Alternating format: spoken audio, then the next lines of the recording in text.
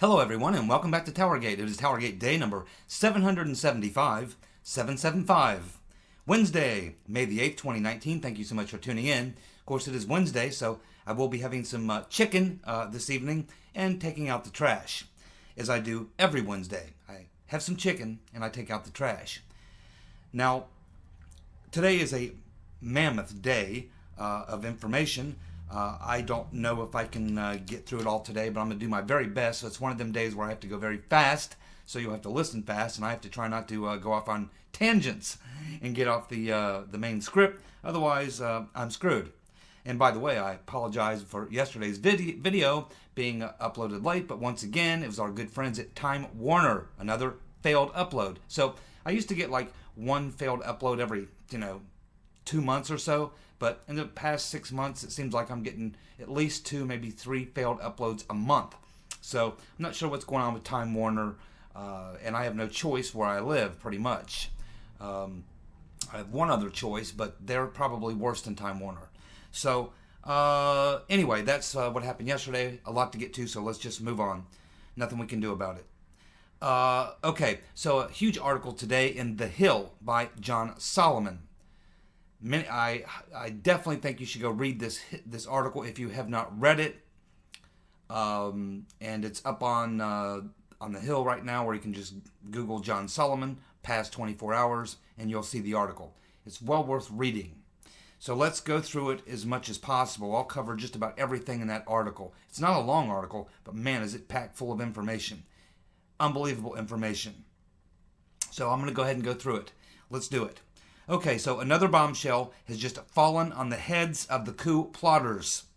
John Solomon writes today about a newly discovered document that describes Deputy Assistant Secretary of State Kathleen Kveleck's written account of her October 11th, 2016 meeting with Christopher Steele.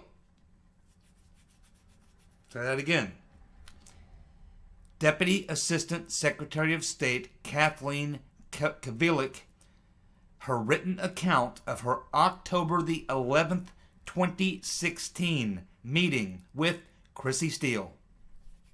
This document, obtained through a FOIA by David Bossie of Citizens United, shows the Hillary Clinton campaign funded British intel operative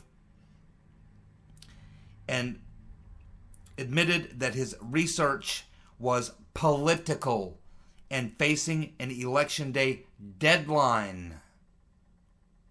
The confession occurred 10 days before the FBI used Steele's now discredited dossier to justify the FISA on Carter Page. The document is mostly redacted, in fact about 95% redacted. But one sentence says that, quote, Steele's client is keen to see this information come to light prior to November 8th, 2016, the date of the election. Kveleck wrote in a typed summary of her meeting with Steele and Tatiana Duran, who was a colleague from Steele's Orbis security firm. Kveleck's notes do not appear to have been provided to the House Intelligence Committee during its Russia probe, according to Devin Nunes. A member of Congress gave the memo to the IG, Inspector General Huckleberry Horowitz, this week, just in case he hadn't seen this document. And it's likely he had not, because they've been hiding it. The FBI has been hiding this document for 2.5 years. And retroactively classified it as secret 3 days ago. The document was originally marked unclassified.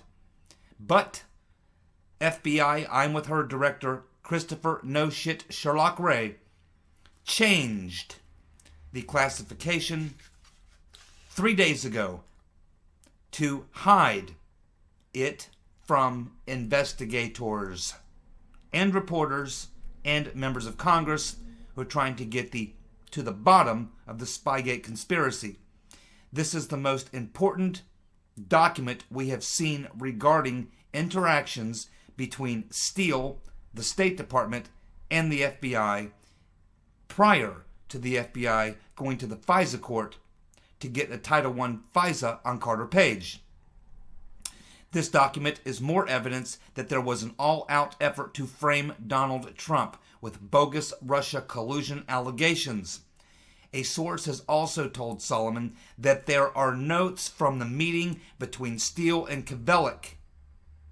There are notes that detail Steele's political ties that have not been given to Congress. And the source says there is a connection to Hillary Clinton in these notes. One sentence in the doc reads, quote, Orbis undertook the investigation into the Russia-Trump connection at the behest of an institution he declined to identify that had been hacked, Kvelic wrote. At the time, the DNC was the highest profile victim of election year hacking. The institution, the Democratic National Committee, approached them, Orbis, based on the recommendations of Glenn Simpson and Peter Frisch of Confusion GPS, and is keen to see this information come to light prior to November 8, 2016. Holy smoke. Kathleen Kvelic is writing this and sending it to people at the FBI and probably other people in state. All the people she sent this to, our names are blacked out. We don't know who she was sending this to, but we know it was multiple people, almost certainly DOJ, FBI, and maybe other people at state. And she is telling them in this communication, she is saying that the institution, the Democratic National Committee, is who she says institution, we know who she's talking about, the DNC, approached them again. We know who they're talking about, Orbis, based on the recommendation of Glenn Simpson and Peter Frisch of Confusion GPS, and here's the important part, that she's telling them, and is keen to see this information come to light prior to November 8th, 2016. So this document, even though it's 95% redacted, shows the government knew well before the FBI secured the FISA warrant on Page that Steele had a political motive, an election day deadline to make his dossier public. Wonder if he got a bonus. And we know, and we now know, the information was transmitted before the Carter Page FISA warrant to one or more people whose job is so sensitive that their identity had to be protected. Who would that be? Well, likely McCabe or Comey. Kvelic's notes make clear that the DNC was likely the client, and the election was Steele's deadline to smear Trump. It also shows that the FBI knew that Steele had broken FBI protocol and had gone to the State Department in an effort to make the Trump dirt public.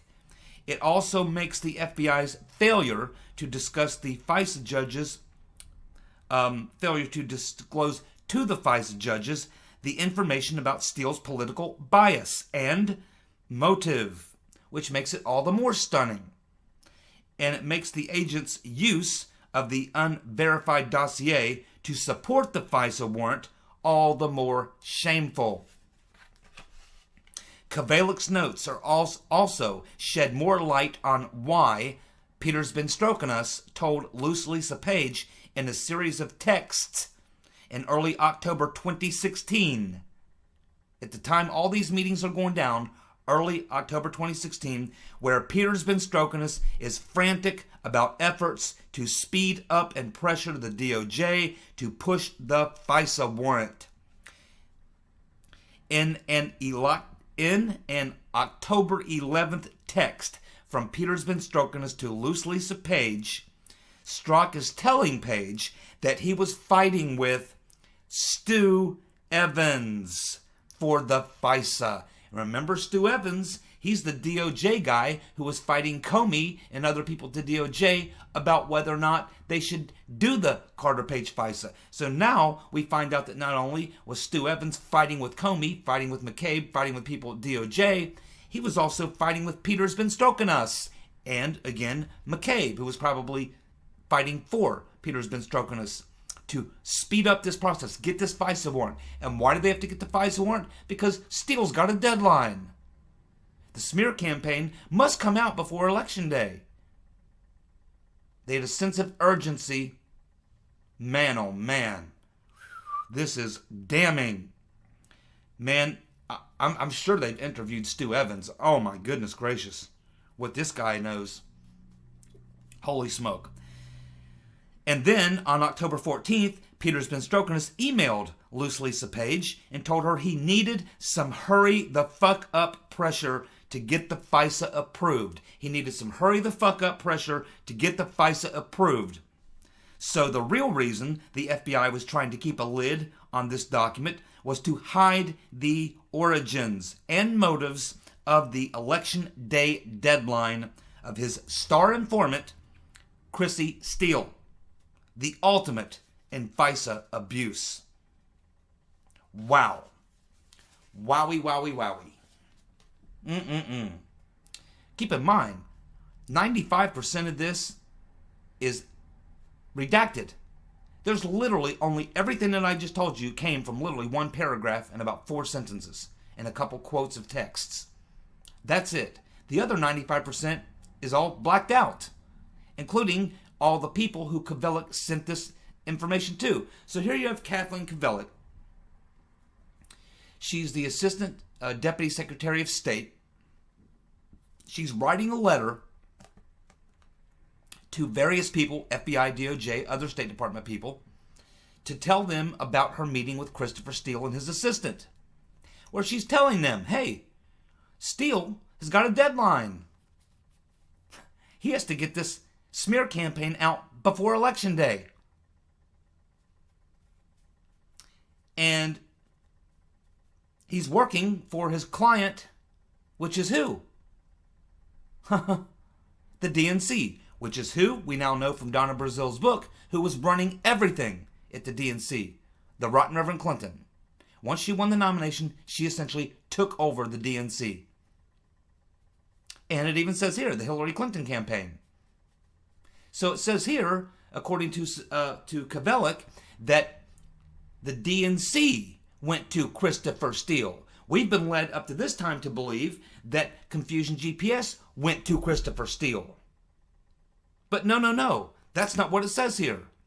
What she's saying is that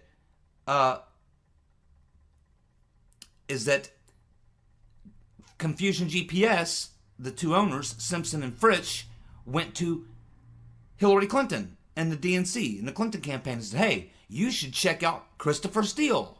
And they went to Christopher Steele on the advice of Confusion GPS, which means a direct tie to Hillary Clinton and her campaign.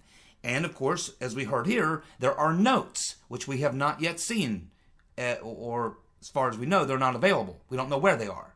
My guess is somebody's looking for them. And according to a source, telling John Solomon, according to his source, there is specific information in there which directly ties Hillary Clinton to Christopher Steele. In other words, Confusion GPS didn't bring in Christopher Steele. Hillary Clinton did at her campaign. And her campaign is her. She is her campaign. It wasn't done without her knowledge. Wow. Unbelievable. This is absolutely smoking gun right here, my friends. This is smoking gun. And this is only 5% of it. The other 95% is redacted. Originally, it wasn't even classified secret. It was non-classified. But 3 days ago, once the document was located based on a FOIA request, no shit Sherlock Christopher Wray obviously looked at it and said, oh shit, we can't let that go, and redacted 95% of it and then classified it as secret. And we don't know where the notes are that she took about the letter she sent, which is probably even more damning and gives even more background. And that's where we find out exactly how direct the connection was between the rotten Reverend Clinton to Christopher Steele. I mean, did Hillary Clinton pick up the phone personally and call Christopher Steele? Did she use Slick Willie, her husband? Did they use an intermediary, a third party between them and Steele? Or did they go directly to Steele? And why would Confusion GPS go to Hillary Clinton?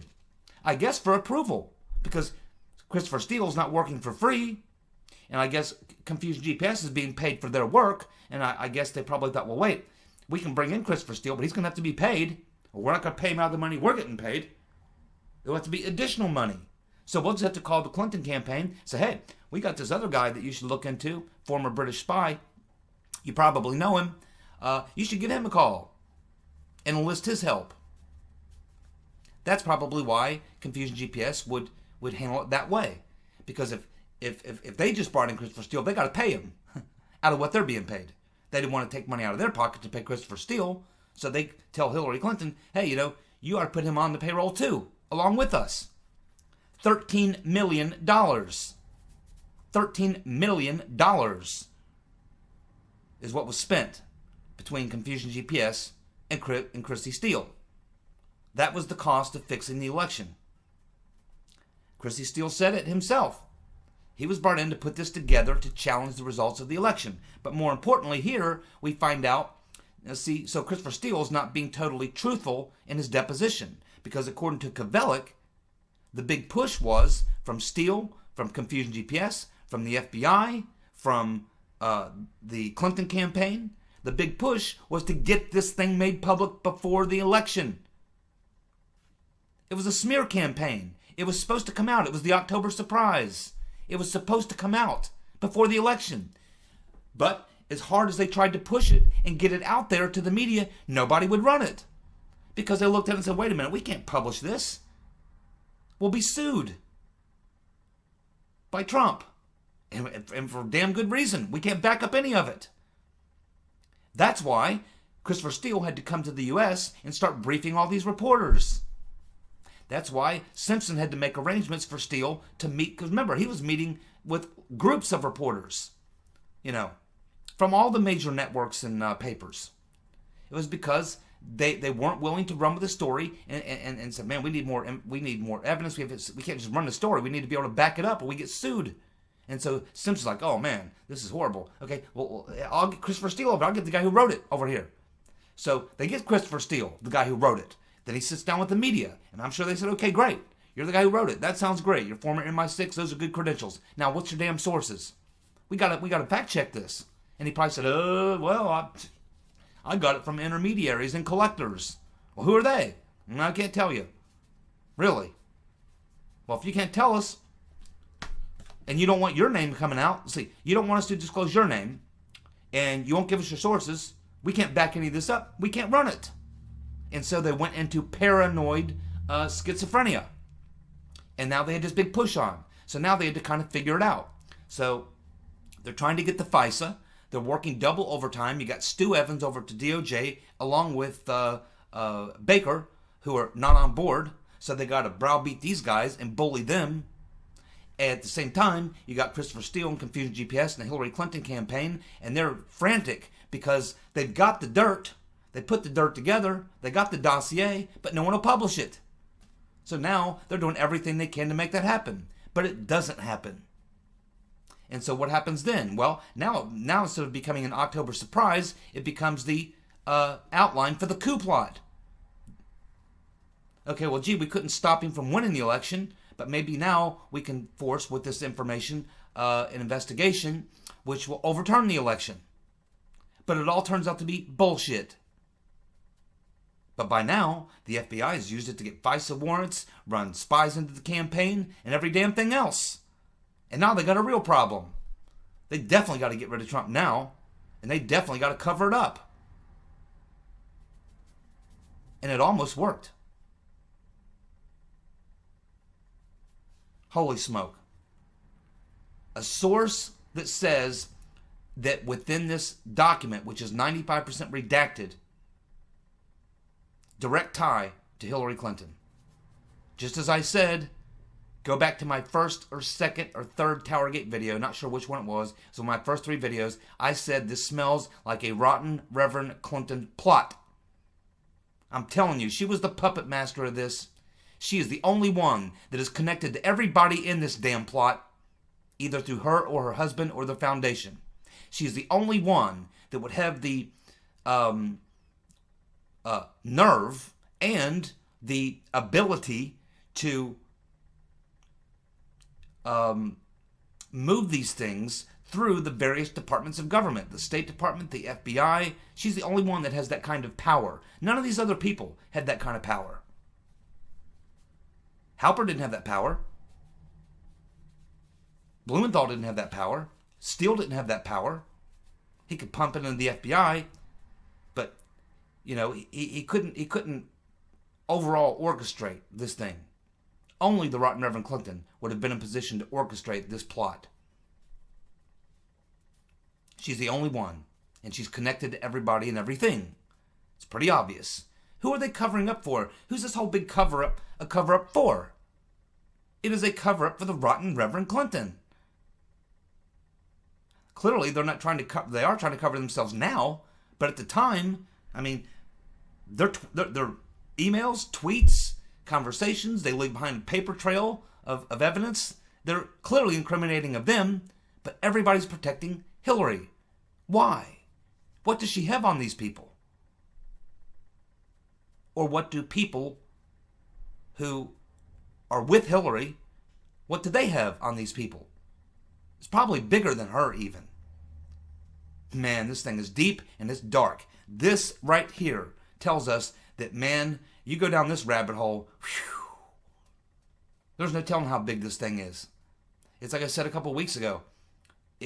Every day almost, we learn more and more. And what I originally thought was just, you know, illegal spying on Trump and some wiretapping and this and that and the other thing. No. This thing is much, much bigger.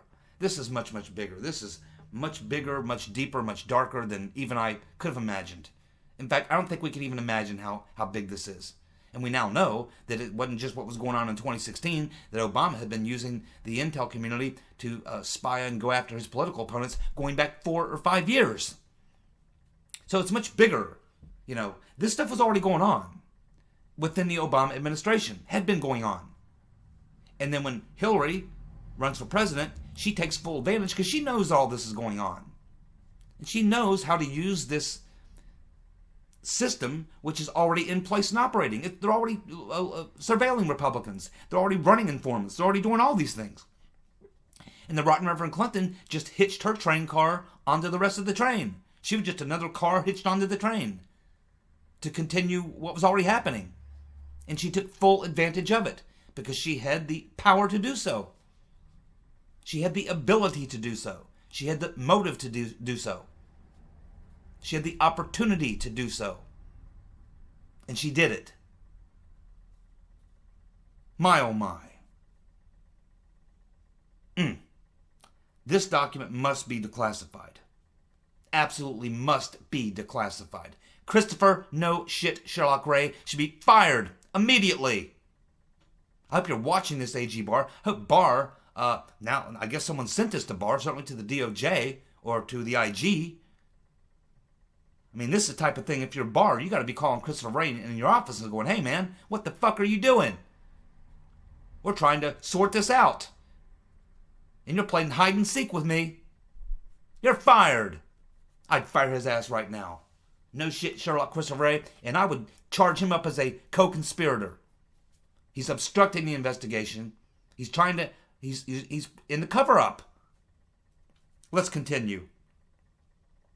So we learned today that Devin Nunes and Adam Schiff had written a letter to AG Barr and Christopher No Shit Sherlock Ray telling them to provide an unredacted version of Mueller's report and other evidence by May the 2nd.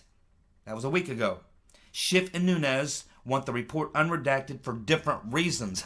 Obviously, both Schiff and Nunes think there's something in there that's important to them, and they might very well be true.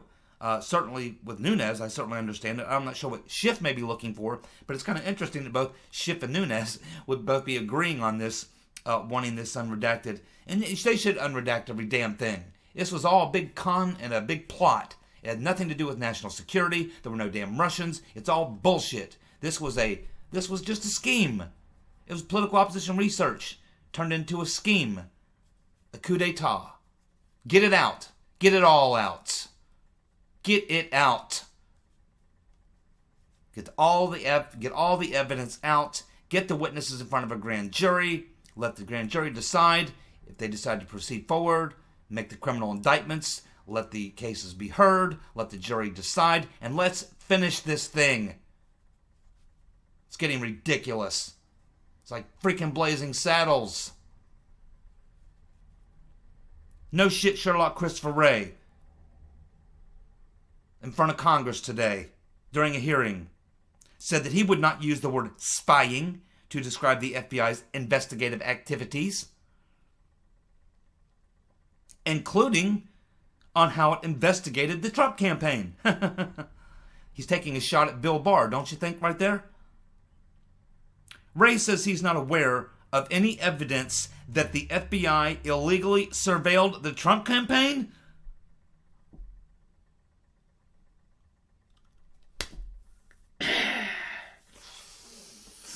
Let me say that again. No shit, Sherlock Christopher Wray said publicly in a hearing today that he is not aware of any evidence that the FBI illegally surveilled the Trump campaign. Then why are you hiding and post-classifying documents to cover up? This guy, how's he not fired? Okay. Whew. Just so much to get to today. I could spend an hour on that, but I got to move on. Okay, well, those Comey memos that we were expecting to get tomorrow, or today, I should say, it'll be Wednesday when you watch this video. So these Comey memos that we were all, especially Tiana, she was definitely looking forward to these, I know. These Comey memos that we were supposed to get to be released today, the FBI is fighting it. And it looks like it's not going to happen for now. President Trump and AG Barr need to step in right now. Declassify everything. Stop pussyfooting around. Declassify everything now. And get to the bottom of this. Now, the judge ordered that these Comey memos were to be released clean and redacted by April the 1st, but the FBI is refusing. Notes from the proceedings have already told us that Comey was a witness for Mueller in his probe. Also, that Comey began his inquisition into Trump because he didn't like Trump's foreign policy. The FBI argued before that the memo should not be released until after the Mueller probe had concluded, but now they're back again with a new complaint and a reason for delay. Man, the FBI is corrupt to the core, all the way to the top.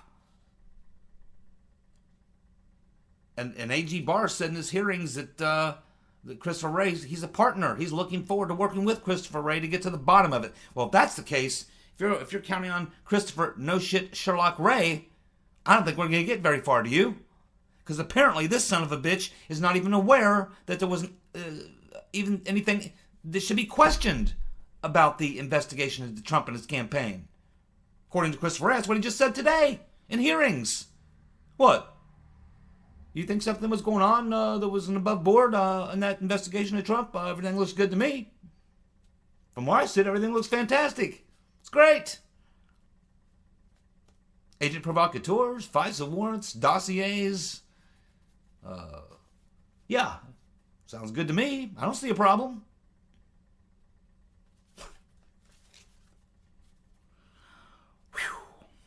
Well, Twitch McConnell gave a floor speech today saying that the case on Trump is closed. It is over. Pelosi responded by saying the Russia case is not closed. I agree with Pelosi for once. You're right, the case is not closed. We need to get in there and find out what the hell happened. I'm pretty sure I got about 95% of it. It's called a coup d'etat. Now, Twitch's speech, the whole 18 minutes of it was pure garbage.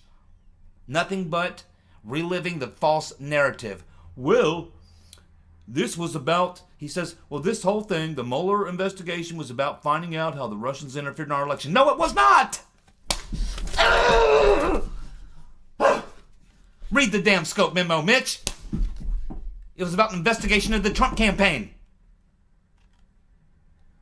And he says, well, and we got the guilty guys. We got them.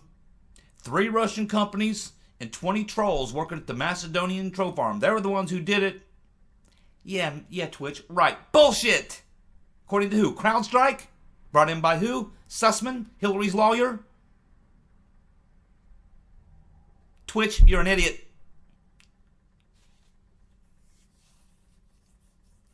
Knowing good and well, these people will never have to come here and face trial. You think the 20 Russian... And by the way, Twitch, that case is not over yet. The lawyers are still involved in battling with the DOJ over that. They're still defending the 20 Russian trolls at the Macedonian troll farm and 3 of the companies. And keep in mind, Mitch, of the 3 companies, one of those companies wasn't even in existence at the time when these alleged crimes were supposed to have taken place. How can this... How can these people be so stupid? God, I just want to strangle these fucking people. Unbelievable. Unbelievable. Let's move on before I get angry.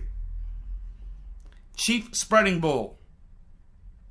Elizabeth Warren, Chief Spreading Bull, follows up Pelosi by calling for impeachment proceedings. I guess her money's drying up. Declassify now and end the madness. Put this thing to a stop, man, right now. Stop it. Shut it down. It's bullshit. It's gone on too long. Tired of it. Day after day after day after day, we got enough freaking evidence. There's more than enough evidence. It's time to quit playing tiddlywinks with this thing.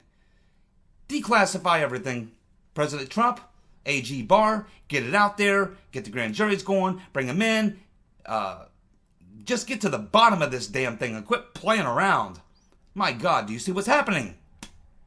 I mean, they're going to try to take you out, Mr. Barr. They're going to try to destroy you. They're going to try to make sure that you cannot even do your investigation. Because they're going to hit you with this thing today, holding you in contempt, and then as you're going through the process of fighting that, they're going to then introduce another motion, legal motion, and say, wait a minute. This guy can't be doing an investigation. He's in contempt. Therefore, he has to recuse. He's in contempt. He can't be doing the investigation. He's in contempt. They're trying to neutralize you, Mr. Barr. In case you don't know it, they're running a game on your ass. Don't you know that you're playing with people who are fucking serious? Don't you understand how high the stakes are? You don't have time to fuck around with these people, Mr. Barr.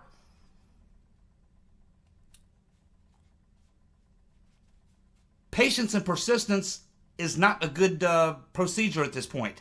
It's time to drop the hammer. You better drop everything, and you better get after these people. Damn Skippy. And I'm not talking about peanut butter. You give these people enough time, they will fuck you hard, Mr. Barr. Then we have Clapper. Yes, we have Clapper, the unwitting idiot, telling Wolf Blitzer, after denying for so long that Trump was ever spied on, he now admits that, well, I guess you could call that spying. Yes, I guess you could. I guess if you look at the dictionary definition of the word, I guess it does qualify as spying. But it was about the Russians. It's like a freak. Oh, man. I cannot believe I'm living through this. Okay, well, that's the best that we can do, folks. That's the best that we can do. All I can do is tell you what's going on. I can't do a damn thing about it. But it's maddening for me, and I'm sure many of you. This is what we got. This is what we got. Alrighty. Well, thank you so much for tuning in. I'll be back tomorrow with more TowerGate. See you guys. Bye. Go read that John Solomon story.